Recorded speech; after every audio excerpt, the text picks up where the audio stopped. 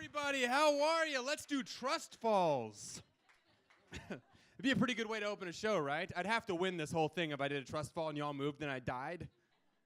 They're not gonna give the trophy to someone else. They'll be like, we have to. Brian died. We ended the festival. Good to be here. I'm married, which no one told me this when I got married, that traveling is way different. Road trips, way different. When you're single and you're on a road trip, you're like, where are we staying tonight? I'm like, I don't know. Which Denny's looks comfiest? That one's got big booths. Let's stay there. Like, my wife was like, book a hotel. I was like, oh, this one looks great. She's like, how much was it? I was like, it depends on how sleepy you are because we're paying by the hour. So, like, are you really sleepy or are we going to pay a lot of money? You're like, I can't sleep. We should be back on the goddamn road. So she got mad because the place I tried to put us in, you had to slide money under bulletproof glass, and she was not a big fan of that. So she got on an app and booked a hotel in Medford, Oregon, and it was called the Campbell House Inn, and it said quaint was what they led with. It's a quaint bed and breakfast. What quaint means is haunted and expensive. That's what quaint means. And you're wondering, and she pays over the phone before we get there. Bad move. Never pay before you see it.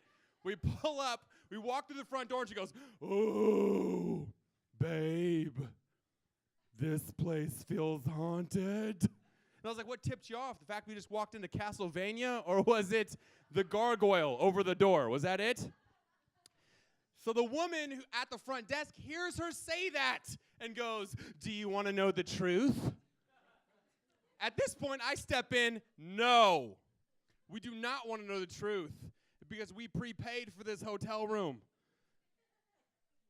We want to know the truth tomorrow when we're driving away safe about how we survived a haunted hotel.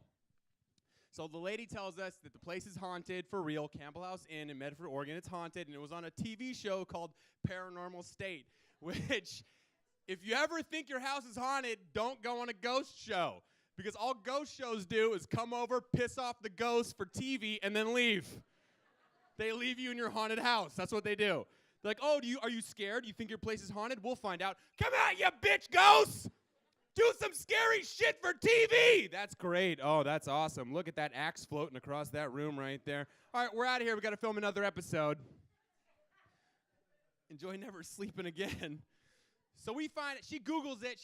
She finds out we're in the room that's haunted. That's the room they shot the episode in. Now she starts doing this. She starts walking around going, ghost, ghost, thank you for letting us stay in your room. I'm like, they speak English. You can speak. She's like, ghost. I'm like, they're not deaf. Just speak normally. You can think it. I think ghosts can see that. She's like complimenting them. Ghost, who did your drapes? Those are beautiful.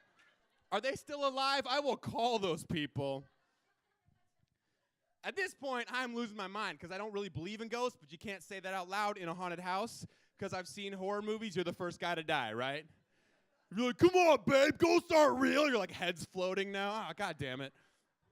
She's like, thanks, babe, falling on that grenade. I'm out of here.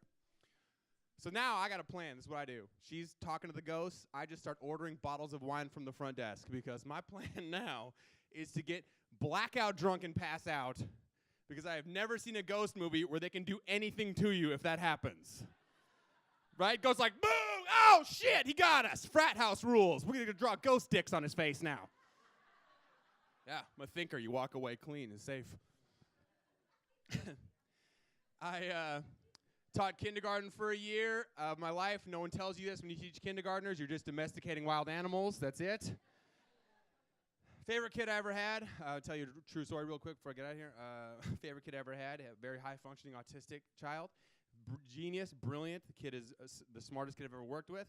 But the way his brain worked was different than everybody else's, and everybody in here learns differently. But sometimes when he was stressed out, he'd need to hear the same song over and over again, kind of on a loop over in the corner, right? Real quiet, just over there. But I could hear it on a loop, not the same entire song, the same 8 seconds of the same song.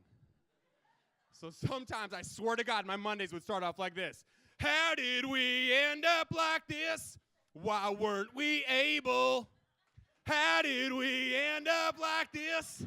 Why weren't we able? How did we end up like this? Why weren't we able? How did we? What weren't you able to do? You know what kind of a hell that is to live in? Autism makes sense. I'm concerned about Nickelback right now.